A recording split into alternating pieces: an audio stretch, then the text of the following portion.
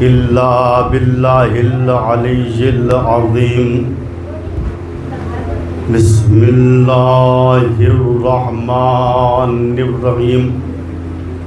الحمد لله رب العالمين، والصلاة والسلام والتحية والإكرام على نبي الممجد والرسول المسدد والمحمود الأمجد، النبي الأمي المكي المدني القرشي الهاشمي الأبتغي، مولانا ومولى الثقلين جد الحسن والحسين بالقاسم محمد. اللهم صل على محمد ثم الصلاة على آله الطيبين الطاهرين المعصومين المظلومين من الآن إلى قيام يوم الدين. أما بعد فقد قال الله الحكيم. بسم الله الرحمن الرحيم. الذين يبلغون رسالات الله ويخشونه ولا يخشون أحدا إلا الله وكفى بالله حسيبا.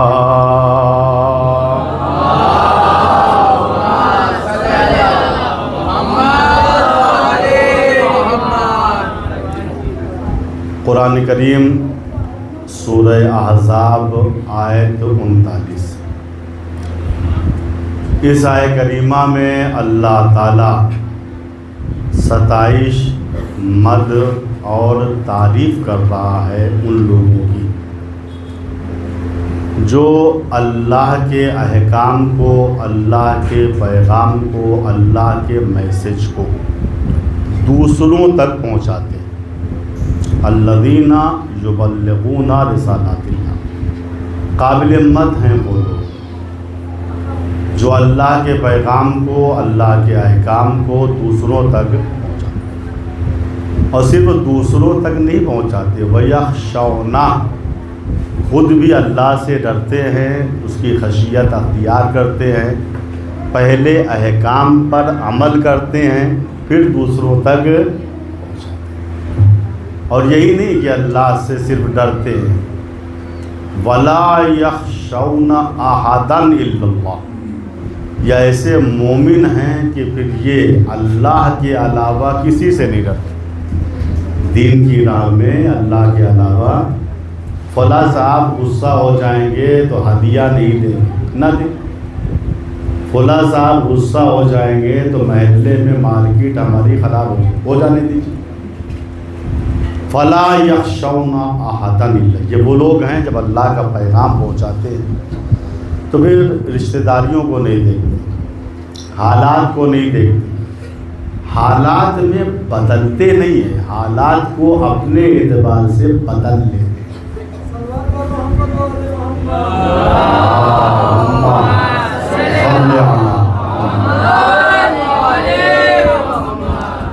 وَكَفَى بِاللَّهِ حَسِيبًا، اللہ نے کہا دیکھو اللہ ان کا اجر و ثواب دینے کے لیے کافی. بندے کچھ دے نہ دے، مخلوقات کوئی گفٹ دے نہ دے، اللہ دے، واقعی وہی دیتا ہے. سن لیجیے، ہماری مشکل کیا ہے کہ ہمیں اللہ پہ کم بھروسہ ہے، دوسروں کی جیبوں پہ زیادہ بھروسہ ہے. فلانے دیں گے تو بھیا ہو جائے گا. نہیں، اگر کسی نے کچھ دیا ہے اس نے تھوڑے دیا ہے. جو اپنی بیوی کو 500 روپے نہ دے پائے وہ آپ کو 5000 دے رہا ہے. یہ نہیں دے رہا، اللہ دلوا رہا ہے. جو خود دوسروں کی بے عزتی کرتا ہوا پھر رہا ہے وہ آپ کے ہاتھ چوم رہا ہے. یہ کیوں عزت کر رہا ہے؟ یہ نہیں کر رہا، اللہ عزت اس سے کروا رہا ہے. اس کے دل میں آپ کی ہیبت کو ڈالا، عزت کو ڈالا، علم کو ڈالا.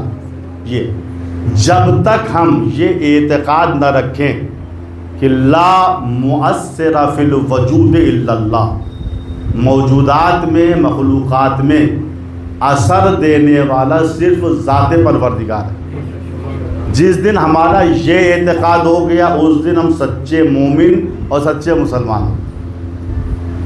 پہلے ہم خدا کو پہچانیں، پھر دین خدا کو پہچانیں۔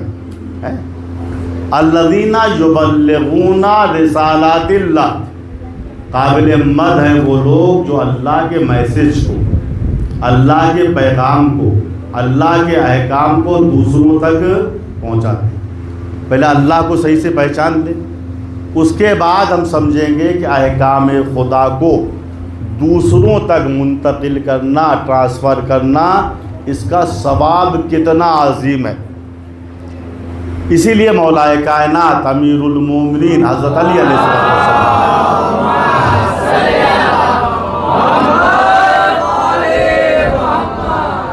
آپ ارشاد فرماتے ہیں کہ اول الدین معرفتو، دین کی شروعات جہاں سے ہوتی ہے وہ کیا ہے؟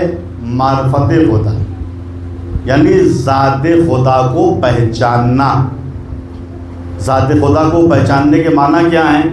یعنی تو ہی خالق ہے، تو ہی رازق ہے، تو ہی عزت دینے والا ہے، تو ہی ذلیل کرنے والا ہے، سب کچھ تیرے کنٹرول میں۔ خالق کو پہچاننے کے معنی یہ ہیں، ایک پتا بھی تیری اجازت کے بغیر ہل نہیں سکتا ہے۔ سب سے پہلا دین اور دین کی سب سے پہلی سیڑھی مولا فرماتے ہیں معرفت پروردگار، اللہ کو پہچان گئے، یہ پہچان لیا اور یہ ہماری بنیاد توحید والی مضبوط ہو گئی تو اس پر اسلام کی پوری عمارت کھڑی ہو جائے گی۔ لیکن اگر اللہ کی معرفت کمزور ہے، ہماری بنیاد اسلام کمزور ہے تو اسلام کی ہماری عمارت جو ہے زیادہ اوپر نہیں جا پائے گی۔ لہذا ضروری ہے پہلے ہم بنیاد کو مضبوط کریں، اللہ کے بارے میں جو ہماری معرفت ہے اسے مکمل کریں۔ البتہ مکمل معرفت یہ ہمارے بس کی بات نہیں۔ ہم آپ کیا انبیاء کرام یہ کہتے ہوئے دنیا سے گئے ماں عرفنا کا حق معرفت، پروردگار جو معرفت کا حق تھا، پہچاننے کا حق تھا، وہ ہم سے آدھا نہیں۔ ایک ہے معرفت بقدر امکان، جتنا ہم سے ممکن ہے اتنی معرفت، ایک ہے مکمل معرفت، مکمل معرفت حاصل نہیں ہو سکتی۔ پھر جتنا ممکن ہے اتنا اعتقاد اللہ کے بارے میں پکا رکھیں، چونکہ ذات خدا کا پہچاننا یعنی اس کی خالقیت کو پہچاننا، اس کی رازقیت کو پہچاننا یہ بہت اہم چیز ہے۔ یہیں سے مذہب کی شروعات ہے، یہیں سے دین کی شروعات ہے۔ مکمل معرفت ہو ہی نہیں سکتی۔ مثال کبھی یہ شاید یہاں دی کہ نہیں دی، میں نے اکثر مثال میں یہ دیتا ہوں، اگر کسی سوئی کو سمندر میں ڈال دیجئے تو سوئی کے سوراخ میں، سوئی کے ناکے میں پورا سمندر نہیں آئے گا، لیکن جب سوئی کو آپ نکالیے گا تو بقدر امکان سوئی کے اندر سمندر کا پانی آ جائے گا۔ ایسے ہی دریائے معرفت پروردگار میں اپنی ذہن کی کشتی کو ڈال دیجئے، پھر جتنی صلاحیت ہوگی اتنی معرفت آ جائے گی۔ زباں ہے بے زباں کیا ہو بیان شان یزدانی،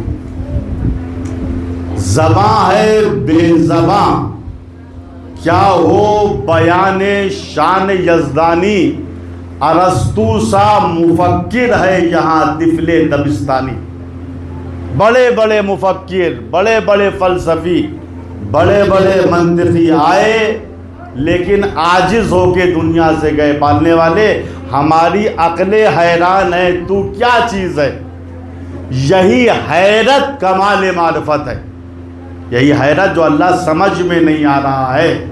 اسی کو ڈاکٹر اقبال نے کہا تو دل میں تو آتا ہے سمجھ میں نہیں آتا۔ ہے، یہ ذات خدا ہے۔ تو دل میں تو آتا ہے سمجھ میں نہیں آتا، میں جان گیا بس تیری پہچان یہی ہے۔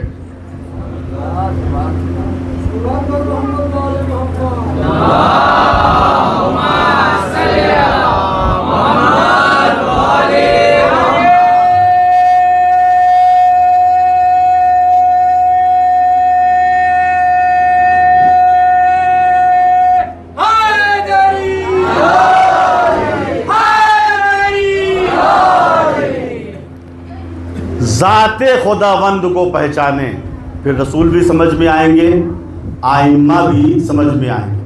اسی کو سورہ توبہ کی آیت نمبر 105 میں کہا گیا، اعملوا فسیر اللہ عملکم ورسولہ والمؤمنون۔ اے بھیا جو چاہو کرو، جاؤ، سیاہ کرو یا سفید کرو، اچھا کرو یا خراب کرو، کالے ثواب کرو یا گل، جو چاہو کرو۔ یہ قرآن کی تحدید ہے، جو چاہے کرو، مگر یہ بات ذہن میں رہے، اللہ تمہاری کرتوتوں کو دیکھ رہا ہے،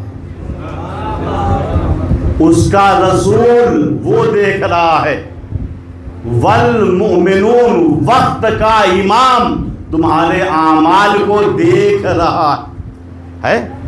جس دن اس بات کا اعتقاد ہو جائے کہ اللہ دیکھ رہا ہے، اس کا رسول دیکھ رہا ہے، وقت کا امام دیکھ رہا ہے، ہم کیا خلاف شریعت کام کریں گے؟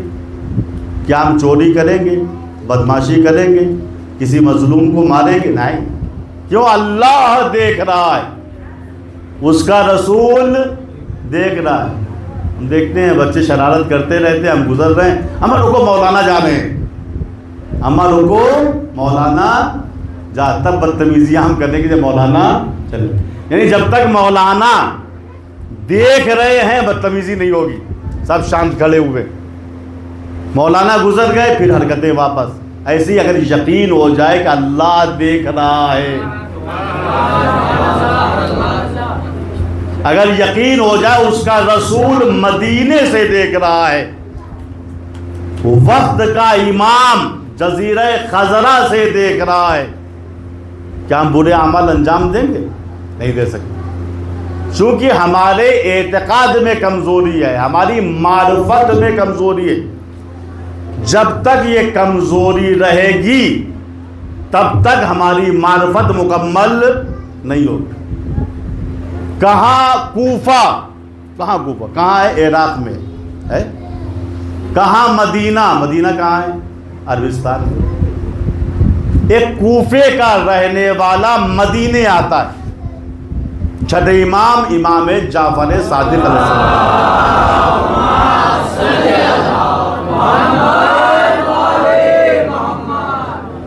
جیسے امام کے پاس آیا، سلام دعا ہوئی، امام نے اس کو دیکھا، کہا میں تجھ سے بڑا خوشحال ہوں۔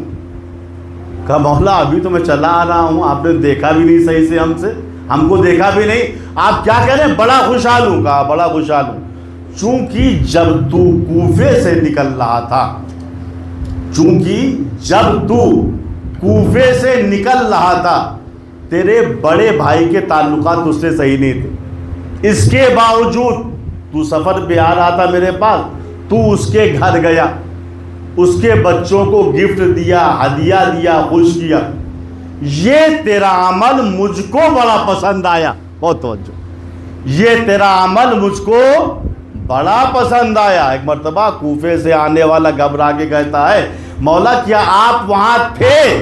غور کیجیے، آج کے زمانے میں فون ہے، موبائل ہے، واٹس ایپ ہے، 1000 سسٹم ہے، ایک کام جو ہے کوفے میں ہو رہا ہے مدینے میں 1 سیکنڈ میں پتہ چل جائے، لیکن اس زمانے میں دوربینیں نہیں تھی، واٹس ایپ نہیں تھا، فون نہیں تھا، موبائل نہیں تھا۔ تو مولا کہتے ہیں تو جو بڑے بھیا کے گھر گیا، تیرے تعلقات خراب تھے، آتے وقت جا کے تعلقات کو صحیح کیا، بچوں کو اس کے ہدیہ دیا، گفٹ دیا، تیرا یہ عمل مجھ کو بڑا پسند آیا۔ کہا مولا آپ تھے؟ کہا تجھے کیا ہو گیا ہے، تیری معرفت کو کیا ہو گیا ہے، ہم تھے یا نہیں تھے، تیرا اعتقاد کیا ہے؟ سن، جس دن تجھے اس بات کا اعتقاد ہو جائے کہ امام ہم کو ہر وقت دیکھ رہے ہیں، اس دن تو سچا مسلمان بنے گا۔ امام کی نظروں سے امت کا عمل پوشیدہ نہیں ہوتا ہے۔ کہا مولا ایسی بات ہے؟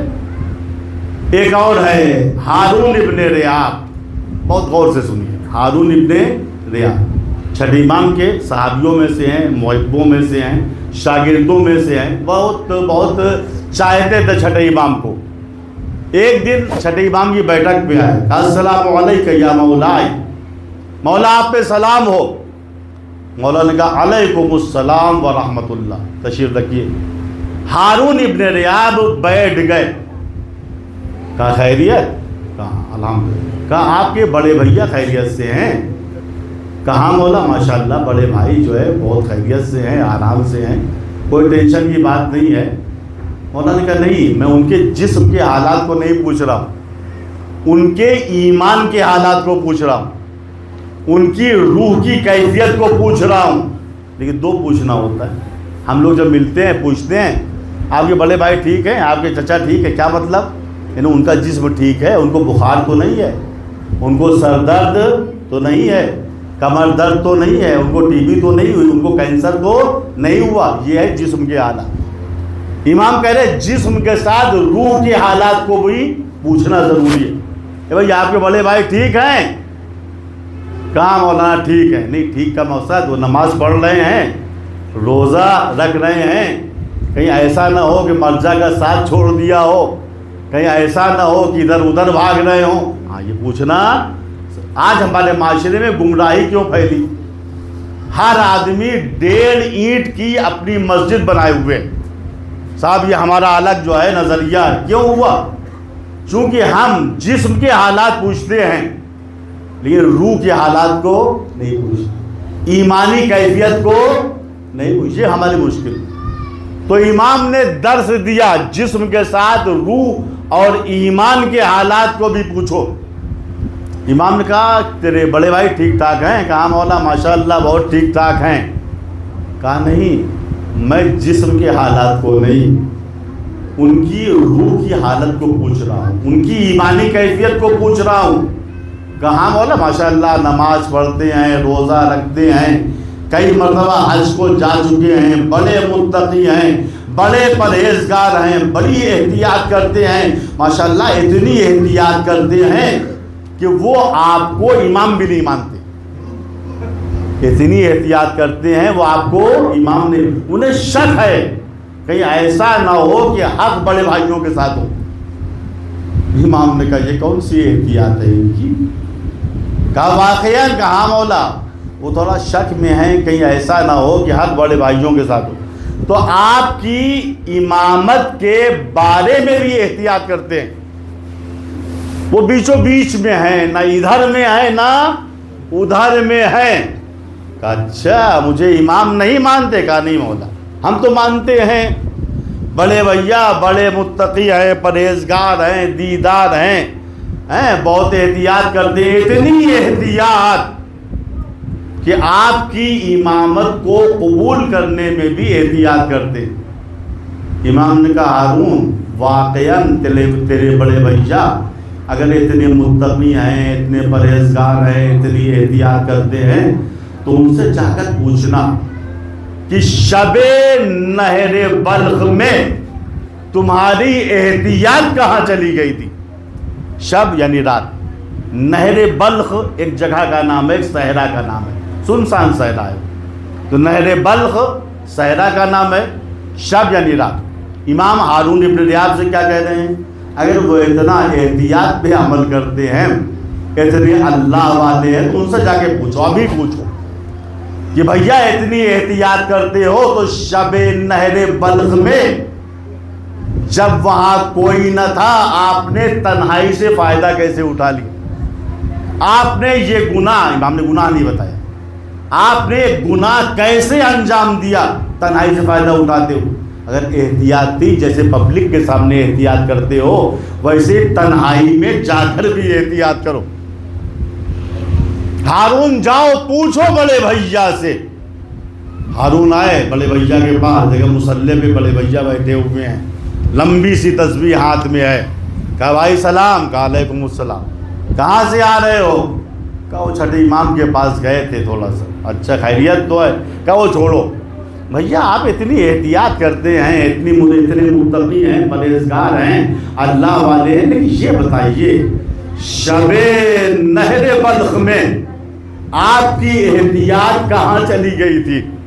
آپ کا تقویٰ کہاں کھو گیا تھا؟ میں اتنا سننا تھا۔ ہارون کہتے ہیں میرے بڑے بھیا تھر تھرانے لگے، تسبیح ہاتھ سے چھوٹ کے گر گئی۔ بغور چھوٹے بھائی کو دیکھا، کہا یہ کیا کہہ رہے ہو؟ ٹھیک ہے میں نے تنہائی سے فائدہ اٹھایا، ایک گناہ انجام دیا، لیکن اس وقت اس صحرا میں خدا کے علاوہ میرے اس گناہ کو کسی نے نہیں دیکھا۔ کس نے بتایا کون عالم الغیب ہے، کون علم غیب جانتا ہے، جس نے میرے اس راز کو جان لیا؟ ہارون کہتے ہیں بھیا جس کی امامت کے بارے میں آپ احتیاط کرتے ہیں، ان کو امام نہیں مانتے ہیں، اسی عالم الغیب نے مجھ سے یہ بتایا کہ اگر بڑے بھیا واقعاً احتیاط پہ عمل کرتے ہیں تو شب نہر بلخ میں ان کی احتیاط کہاں چلی گئی تھی؟ اتنا سننا تھا ان کے بڑے بھیا کا ایمان جاگ اٹھا، ضمیر جاگ اٹھا، اور رو کے کہنے لگے آج سے میں بھی تمہارے امام کو امام مانوں گا، چونکہ آج مجھے معلوم ہو گیا ہے کہ تمہارے امام کے پاس علم غیب ہے، اور جس کے پاس علم غیب ہوتا ہے وہ عالم الغیب کا نمائندہ ہوتا ہے، بندوں کے الیکشن سے نہیں بنتا ہے۔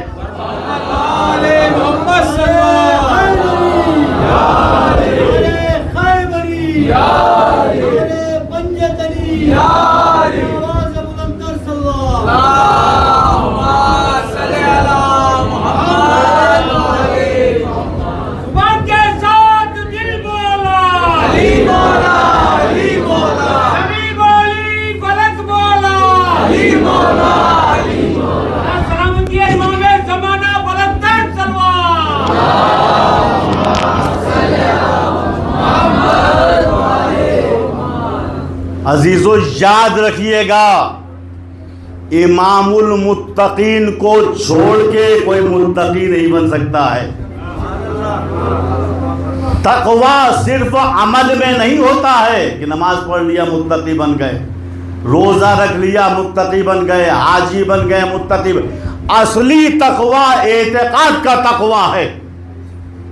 اور امام المتقین کو چھوڑ کے متقی بننے کا خواب دیکھنا اپنے عقیدے کی قبر پہ خاک اڑانا ہے۔ اعملو جو چاہے عمل کرو، اور یاد رکھنا امام المتقین کو چھوڑ کے متقی نہیں بن سکتے، ورنہ احساس کمتری میں مبتلا رہو گے۔ امام المتقین نے کیا کہا؟ قیمتو کل امرئ ما یحسن، یاد رکھنا تم میں سے ہر آدمی کی قیمت کتنی ہے؟ جتنی اچھائیاں اس کے اندر ہیں۔ بھائی زرخان صاحب کی قیمت کیا ہے؟ اب اسے درہموں، دیناروں، روپے اور ڈالر میں قیمت نہیں بیان ہوئی، یہ قیمتیں اس میں بیان نہیں ہوئی۔ امام کہتے ہیں ہر انسان کی قیمت، چاہے وہ زرخان صاحب ہوں یا آپ ہوں، اتنی ہی ہے جتنی اچھائی اس کے اندر۔ کیا مطلب؟ جتنا وہ کار خیر کرتا ہے، جتنا وہ مسجد میں آتا ہے، جتنا وہ بڑوں کا احترام کرتا ہے، جتنا وہ چھوٹوں پہ رحم کرتا ہے، جتنا وہ بھائیوں بہنوں کی خدمت کرتا ہے، جتنی وہ ماں باپ کی اطاعت کرتا ہے، یہ ہے ہر انسان کی قیمت اتنی ہی ہے۔ دیکھ لو کتنا کار خیر میں چندہ دیتا ہے، کتنا مجلس میں آ کے عالم کے بیان کو سنتا ہے، یہ اہم پوائنٹ۔ بعض لوگ شروعات سے آ جاتے ہیں، بعض بیچ میں آتے ہیں، بعض مصائب میں آتے ہیں، بعض کہتے ہیں چلو بھی جب ماتم شروع ہوگا تب چلیں۔ قیمت ایک انسان وہ ہے جو شروع سے آخر تک جس نے ثواب لیا، خطبے سے لے کے آخر تک، یہ ایسا آدمی ہے کہ اس کی برابری وہ نہیں کر سکتا جو خالی مصائب میں آیا ہے، جو نوحے میں آیا ہے۔ تو ہر انسان کی قیمت کتنی ہے؟ جتنی اچھائی اس کے اندر۔ اچھا ہمارے معاشرے میں کیا ہے؟ تھوڑا احساس سے کمتری ہے۔ جوانوں کے اندر دیکھیے ٹینشن رہتا ہے، باپ مزدوری کر رہا ہے، بیٹا آئی فون لے کے ٹہل رہا ہے۔ بیٹا آئی فون لے کے کہاں سے لیا؟ کہ وہ لون نکالا تھا بینک سے۔ ابا کہاں سے ادا کریں گے بھیا؟ وہ مولانا شان ہے آج کی۔ باپ رکشہ چلا رہے ہیں، بیٹا جو ہے اچھے قسم کا لیپ ٹاپ لیے ہوئے گھوم رہا ہے۔ غور کیجیے، لیپ ٹاپ پہ کام ہے تو کوئی بات نہیں، صرف نقشے بازی کے لیے، رنگ بازی کے لیے، دکھانے کے لیے میرے پاس بھی اچھا لیپ ٹاپ، کیا مصرف ہے بھائی اس کا؟ کیوں ایسا ہوا؟ کہ اس وجہ سے اس نے یہ سمجھا ہے کہ انسان کی قیمت اچھے لیپ ٹاپ سے ہے۔ اس نے یہ سمجھا ہے انسان کی قیمت آئی فون سے ہے۔ اگر یہ جان جاتا کہ انسان کی قیمت نہ آئی فون سے ہے نہ اچھے لیپ ٹاپ سے ہے، انسان کی قیمت اتنی ہی ہے جتنی اچھائی اس کے اندر ہے۔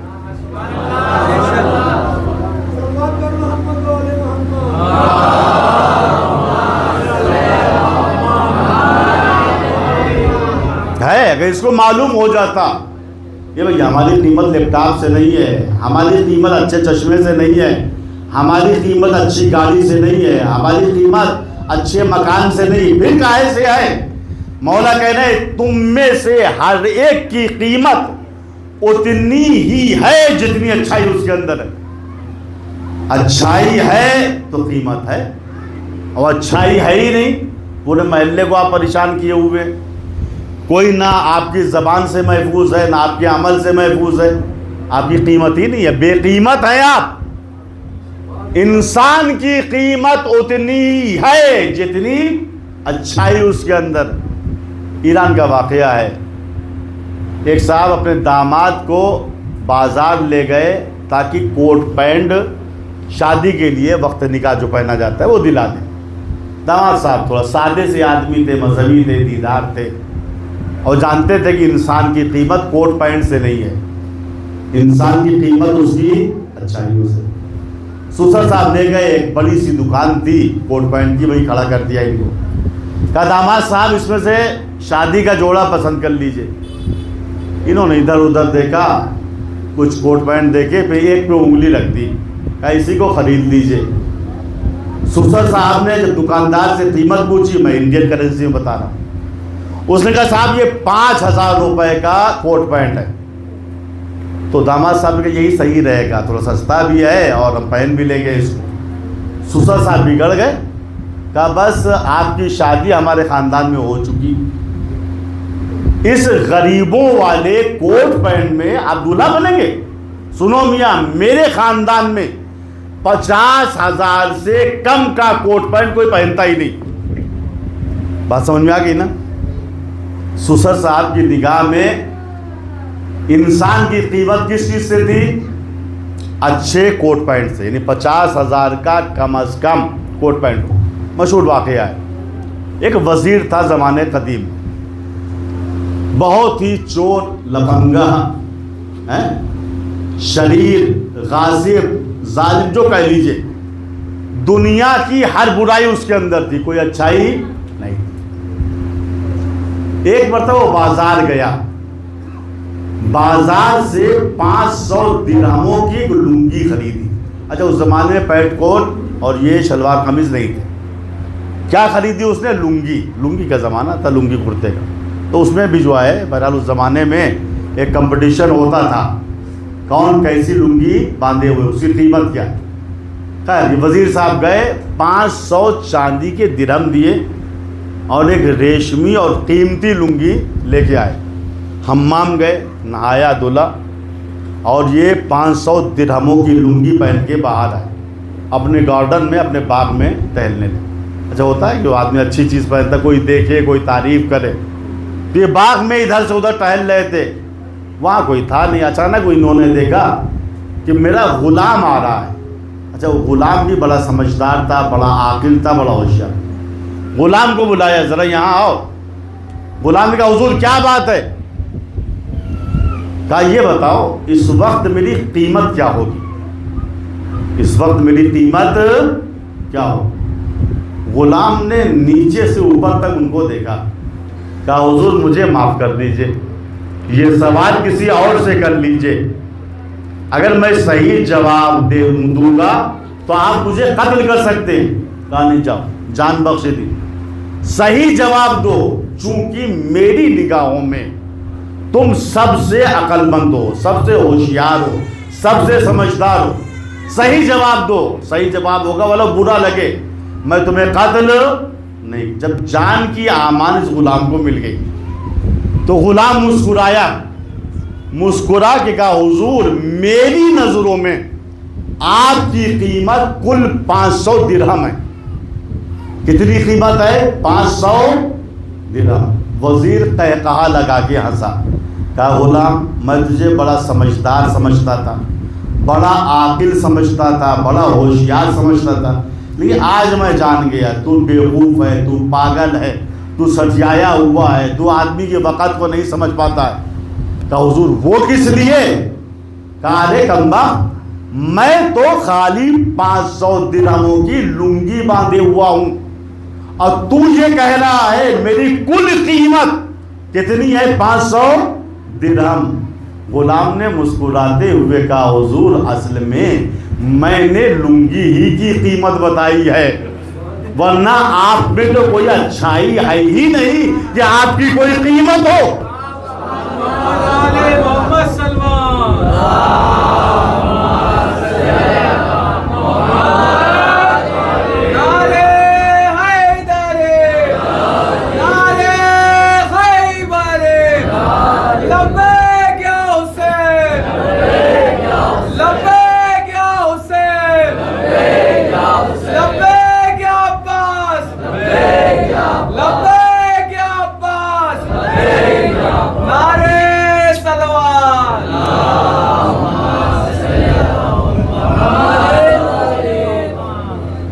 یہ ہے قیمت کل امرئ ما یحسن.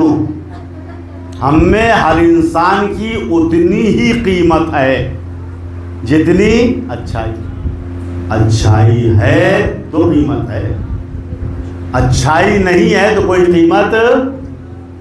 اعملوا جو چاہے عمل، فسیر اللہ عملکم ورسولہ والمؤمنون. تمہارے عمل کو اللہ دیکھ رہا ہے، اس کا رسول دیکھ رہا ہے اور مومنون دیکھ رہے. مومنون کیا مطلب؟ مومنون سے مراد یہاں ائمہ معصومین ہیں، وہ ہمارے عمل کو دیکھ رہے ہیں، ہماری اچھائیوں کو بھی دیکھ رہے ہیں، ہمارے برائیوں. یہ 3 دوربینیں ہمارے اوپر لگی ہوئی ہیں، 3 کیمرے ہمارے اوپر لگے ہوئے ہیں. ایک اللہ کا کیمرہ ہے، ایک اس کے رسول کا کیمرہ ہے، اور ایک وقت کے امام کا کیمرہ ہے.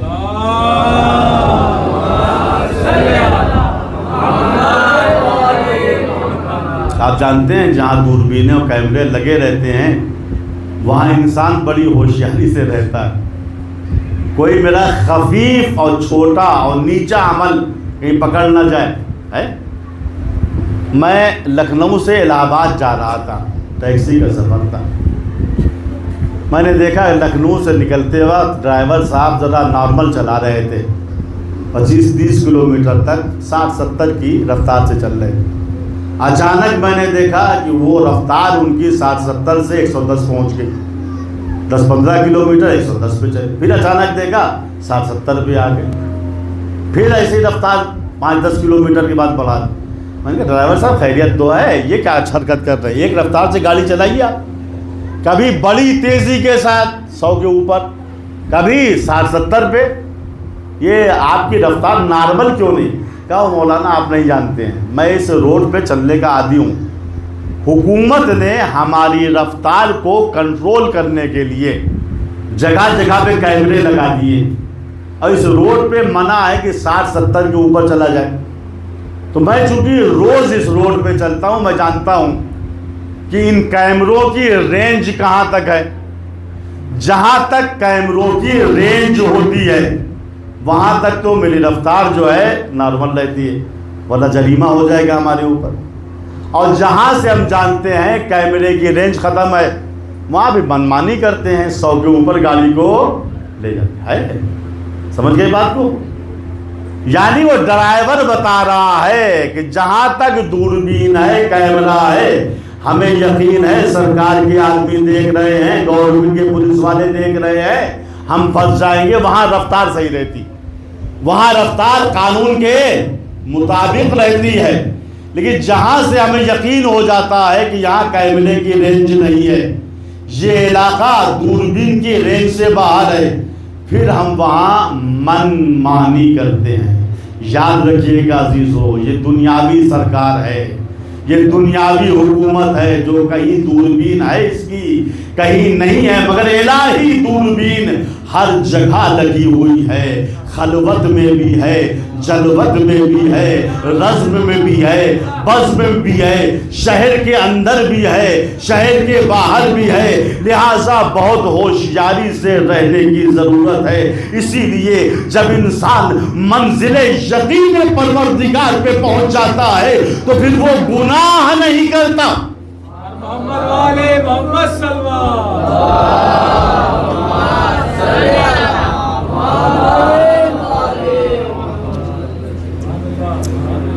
یقین بہت اہم ہے.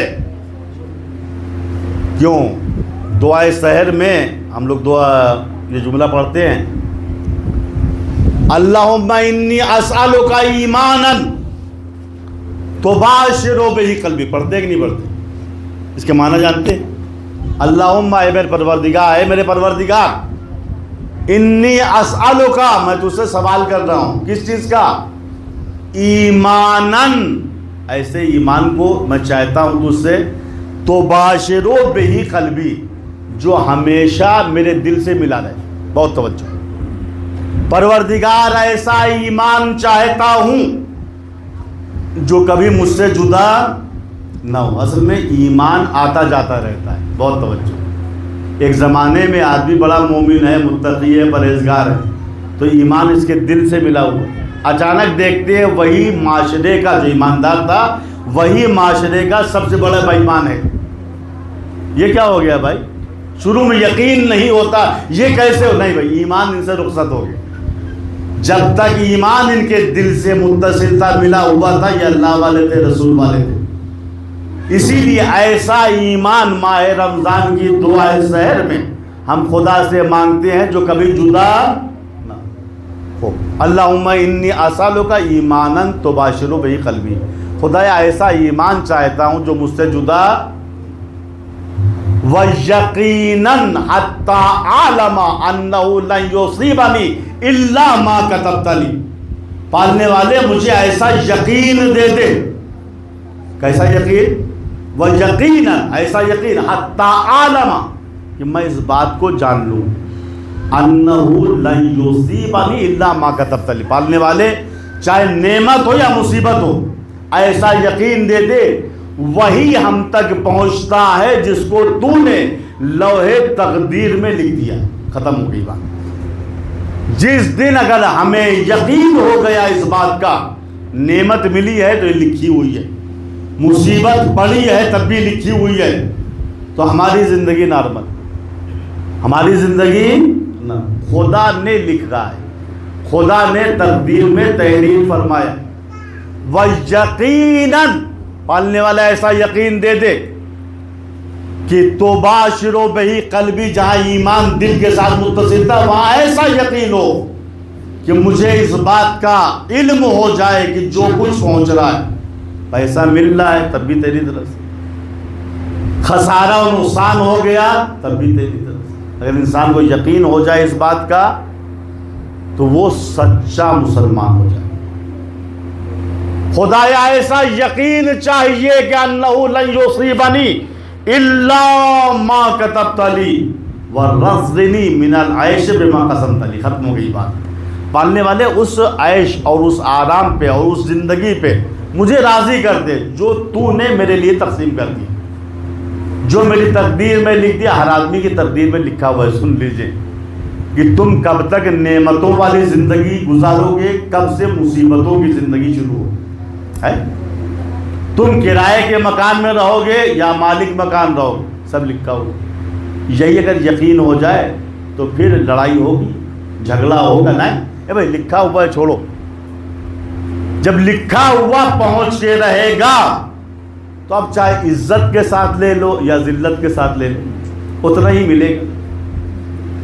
ہاتھ پھیلا کے لے لو یا عفت نفس کے ساتھ لے لو، ہے اتنا ہی ملے گا۔ اکثر جملہ کہتا ہوں، اگر بندوں کے سامنے ہاتھ پھیلاؤ گے تو فقیر کہلاؤ گے، خدا کے سامنے ہاتھ پھیلاؤ گے تو عابد کہلاؤ۔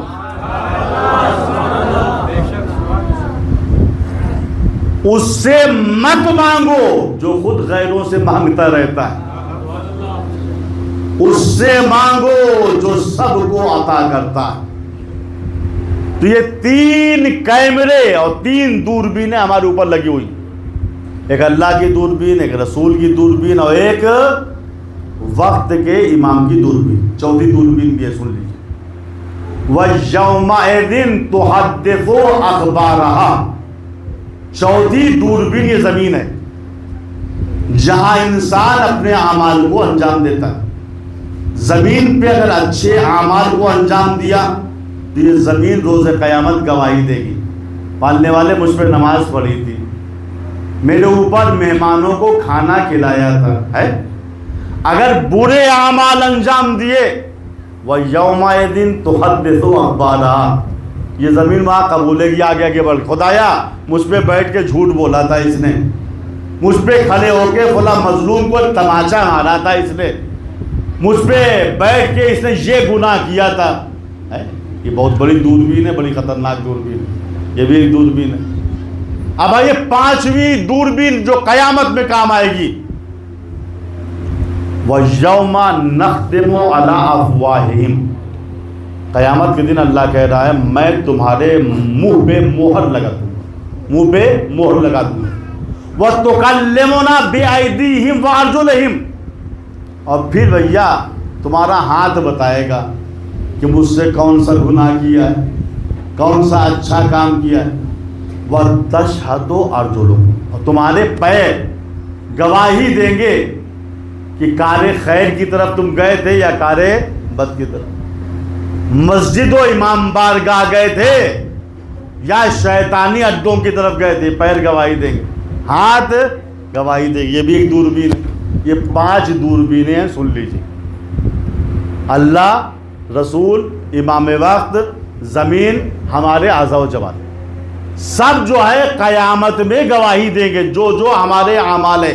اسی کو قرآن نے کہا فَمَنْ يَعْمَلْ مِثْقَالَ ذَرَّةٍ خَيْرًا يَرَهُ وَمَنْ يَعْمَلْ مِثْقَالَ ذَرَّةٍ شَرًّا يَرَهُ، اگر ذرہ برابر اچھائی کرو گے تو اس کو بھی روز قیامت دیکھو گے، ذرہ برابر برائی کرو گے اس کو بھی دیکھو گے۔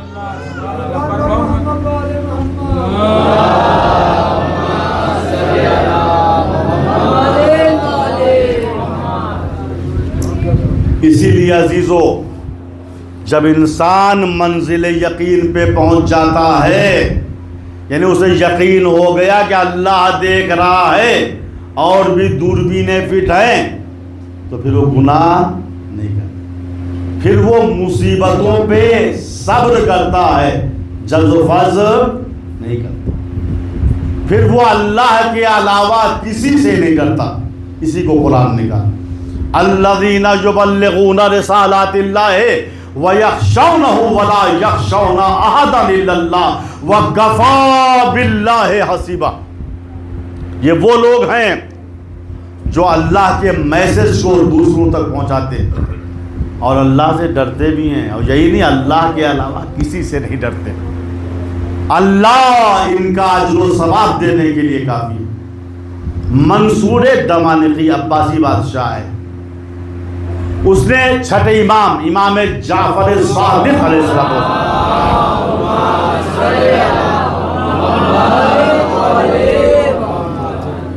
آپ سے سوال کیا، سب مجھ سے ڈرتے ہیں، بڑے بڑے مفتی، بڑے بڑے قاضی، بڑی بڑی داڑھیاں رکھنے والے جب میرے پاس آتے ہیں تو فرشی سلام کرتے.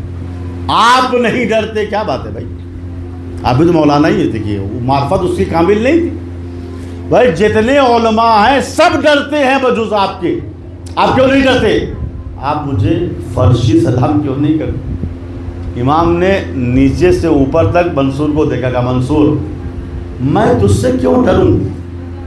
ڈرنے کی کوئی وجہ ہی نہیں ہے. دیکھیے آدمی ڈرتا کیوں ہے؟ دو علتیں ڈرنے کی. پہلی علت ہے ملنے کی امید، ملنے کی لالچ. آپ سے ہمیں 10,000 روپے ملنے، آپ اگر خفا ہو گئے تو 10,000 نہیں دیجیے. ملنے کی امید اگر ہوتی ہے تو انسان ڈرتا. یا چھن جانے کا خوف ہوتا ہے، چھن جانے کا ڈر ہوتا ہے. بھیا یہ پہلوان ہے، ان سے بنا کے رہو، ورنہ یہ ایسا پیسہ سب چھین لیں. تو ڈرنے کی دو وجہ ہے، یا ملنے کی امید یا چھن جانے کا خوف. امام نے کہا منصور میں تجھ سے کیوں ڈروں؟ چونکہ نہ میرے پاس مال دنیا ہے جس کے چھن جانے کا ڈر ہے، اور نہ تیرے پاس آخرت ہے جس کی مجھے امید ہو. ہے تو ڈرنا بیکار. ایک صلوات پڑھے محمد.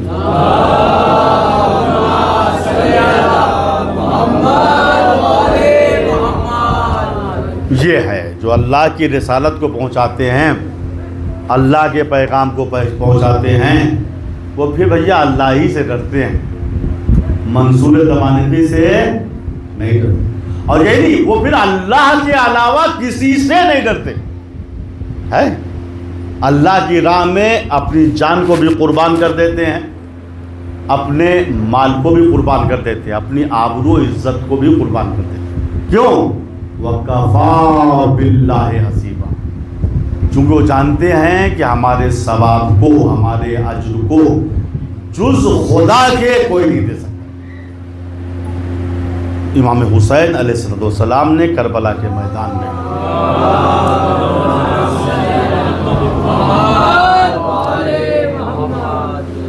اللہ کے پیغام کو، اللہ کی رسالت کو، اللہ کے میسج کو دنیا تک پہنچایا، اور جان، مال، عزت، آبرو سب کی قربانی حسین ابن علی نے خدا کی بارگاہ میں پیش کی. اکبر جیسا بیٹا، اس کا غم سہنا اتنا آسان نہیں تھا. عباس جیسا بھائی دینا کار آسان نہیں تھا. قاسم جیسا بھتیجا خدا کی بارگاہ میں پیش کرنا کار آسان نہیں تھا. لیکن یہ حسین کا دل تھا، حسین اللہ کے لیے کام کر رہے تھے. لہٰذا کربلا کے میدان میں کبھی اکبر کے سینے سے برچھی کی انی کو نکالا، کبھی قاسم کا پامال شدہ لاشا اٹھایا، کبھی عباس کے علم کو نہر فرات سے لے کر خیمے میں آئے جب کوئی نہ بچا. حسین ابن علی جب وہ تنہا تھے در خیمے پہ آئے، آواز دی زینب، ام کلثوم، رباب، رقیہ، ام لیلہ، ام فروہ، تم سب پر حسین کا آخری سلام، اور اے میری ماں کی کنیز فضا، تجھ پر بھی حسین کا آخری سلام. حسین جب آخری سلام کر کے جانے لگے، بیویاں در خیمے میں آ گئی، ہاتھ جوڑ کے کہنے لگی وارث ہم آپ کو جانے سے نہیں روکتے ہیں، مگر آخری مرتبہ خیمے میں آ جائیے تاکہ دل کھول کے ہم آپ کی زیارت کر لیں. لیجیے عزادارو، حسین ابن علی خیمے میں آئے، بیویاں حلقہ باندھ کے کھڑی ہو گئی، حسین کی زیارت میں مصروف ہو گئی. حسین نے بھی بڑی حسرت سے بیویوں کو دیکھنا شروع کر دیا. عجب نہیں، ام لیلہ کو دیکھا تو کڑی الجوان علی اکبر یاد، ام فروہ کو دیکھا تو قاسم کا پامال شدہ لاشا یاد. ارے رباب کی گود اجڑی ہوئی دیکھی تو ششمہ علی اصغر یاد آ گیا. اب حسین خیمے سے نکلتے ہیں، مقتل کا روح کرنا چاہتے ہیں.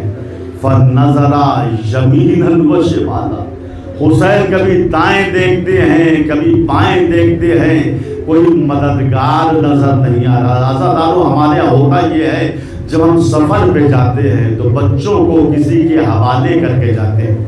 بھائی سے کہتے ہیں میرے بچوں کا خیال رکھنا، چچا سے کہتے ہیں بچوں کا خیال رکھنا، دوستوں سے کہتے ہیں بچوں کا خیال رکھنا، جبکہ ہم کو معلوم ہے ہم جا رہے ہیں کچھ دنوں میں واپس آ جائیں گے۔ مگر ہائے، کربلا کے میدان میں کون تھا کہ حسین ابن علی اپنے خانوادے کو اس کے حوالے کر دے؟ حسین نے آسمان کی جانب نگاہوں کو اٹھایا، کہا پروردگار میں سب کو تیرے حوالے کر رہا ہوں۔ یا رب ہے یہ سادات کا گھر تیرے حوالے، رانے ہیں کئی خستہ جگر تیرے حوالے، بے کس کا ہے بیمار بسر تیرے حوالے، ارے سب ہیں میرے دریا کے گوہر تیرے حوالے، عالم ہے کہ غربت میں گرفتار بلا ہوں، ارے میں تیری حمایت میں انہیں چھوڑ چلا۔ یہ کہہ کے حسین مقتل آ گئے۔ حسین مقتل میں آنے کے بعد ایک بلندی پہ کھڑے ہوئے، فوج یزید کو مخاطب کیا اور کہا کیا تم مجھے پہچانتے ہو؟ میں رسول اسلام کا نواسا ہوں، میں علی و فاطمہ کا بیٹا ہوں، میں جعفر طیار کا بھتیجا ہوں، دیکھو میرے سر پہ جو عمامہ ہے یہ رسول اسلام کا عمامہ ہے، میرے نیام میں جو شمشیر ہے رسول اسلام کی شمشیر ہے، حل تعرفوننی، کیا یہ سب تم جانتے ہو؟ فوجی یزید نے کہا ہاں حسین ہم جانتے ہیں، تم رسول کے نواسے ہو، علی و فاطمہ کے بیٹے ہو، جعفر طیار کے بھتیجے ہو، اگر جانتے ہو۔ حسین نے کہا فبما تستحلون دمی، تم میرے خون کو حلال کیوں کر دیا؟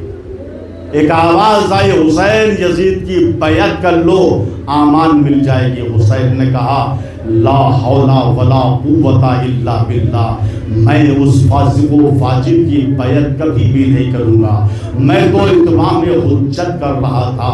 یہ کہہ کے زہرا کے لال نے حملہ کیا۔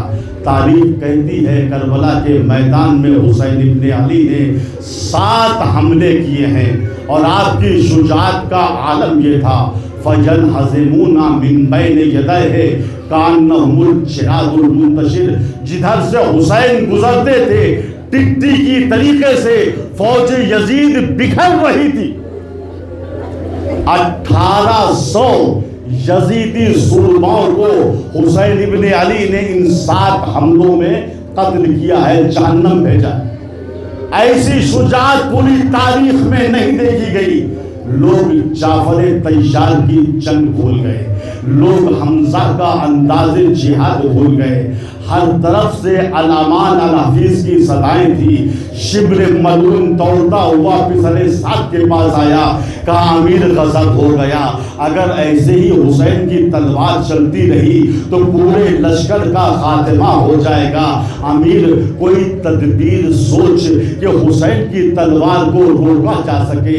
اب علماء فرماتے ہیں اشقیاء نے حسین کو واسطہ دینا شروع کر دیا، حسین تمہیں دستار رسول کا واسطہ جنگ روک دو، حسین تمہیں سیدہ کی پردے داری کا واسطہ جنگ روک دو، حسین تمہیں اکبر کی جوانی کا واسطہ جنگ روک دو، حسین تمہیں علی اصغر کے بچپنے کا واسطہ جنگ روک دو۔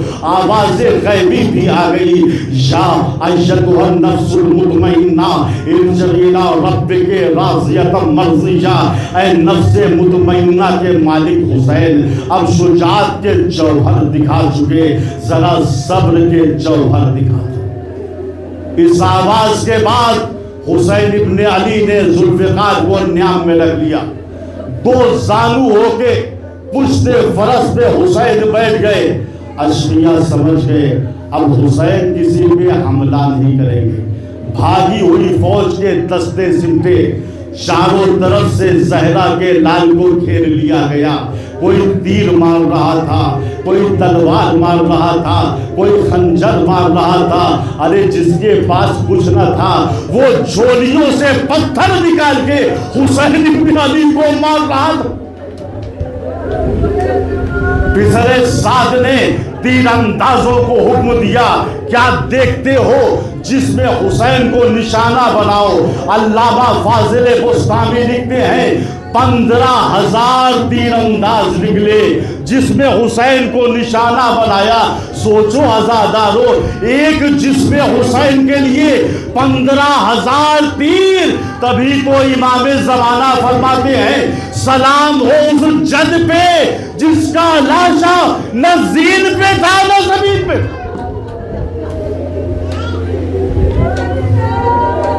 بس عزادارو، اہل مقتل لکھتے ہیں اثناء جنگ میں ایک شقی نے حسین کی پیشانی پہ پتھر مارا، پیشانی سے خون کا فوارہ نکلا۔ حسین نے دامن قبا کو اٹھایا تاکہ پیشانی کا خون صاف کریں، سفیدی قلب نمایاں ہو گئی۔ فجاء سہم مسموم لہو ثلاث شعب، 3 بھال کا زہر آلود تیر آیا۔ فوصب علی قلب الحسین، جو حسین کے دل پہ لگا اور اتنی گہرائی تک گیا۔ زہرا کے لال نے تیر کو آگے سے پکڑا، کئی مرتبہ جھٹکا دیا کہ تیر نکل جائے، مگر عزادارو وہ تیر آگے سے نہ نکلا۔ حسین ابن علی نے پشت کی جانب سے تیر کو نکالا۔ فجرت دم کالمیزاب، پر نالے کی طریقے سے قلب حسین سے خون بہنے لگا۔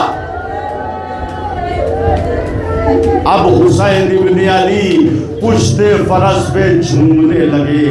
فمال الحسین یمینا ومال الفرس یمینا، حسین دائیں جانب جھکے تو گھوڑا دائیں جانب جھک گیا۔ فمال الحسین شمالا ومال الفرس شمالا، جب حسین بائیں جانب جھکے تو گھوڑا بائیں جانب جھک گیا۔ جب اسب با وفا نے دیکھا میرے سوار علی پشت فرس پہ جھومنے لگے۔ فمال الحسین یمینا ومال الفرس یمینا، حسین دائیں جانب جھکے تو گھوڑا دائیں جانب جھک گیا۔ فمال الحسین شمالا ومال الفرس شمالا، جب حسین بائیں جانب جھکے تو گھوڑا بائیں جانب جھک گیا۔ جب اسب با وفا نے دیکھا میرے سوار میں سوار رہنے کی طاقت نہیں ہے تو 2 زانو ہو کے عرض کربلا پہ بیٹھ گیا۔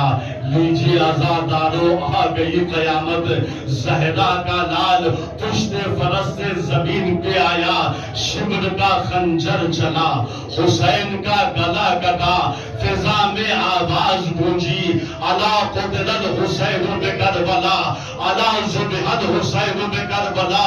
ارے جنگل سے آئی فاطمہ زہرا کی یہ صدا، امت نے مجھ کو لوٹ لیا وا مصیبتا، اب کون ہے جو حق رفاقت کرے ادا، ہائے ہائے یہ ظلم اور تو عالم کا مقتدا۔ ارے 1900 کے زخم تنے چار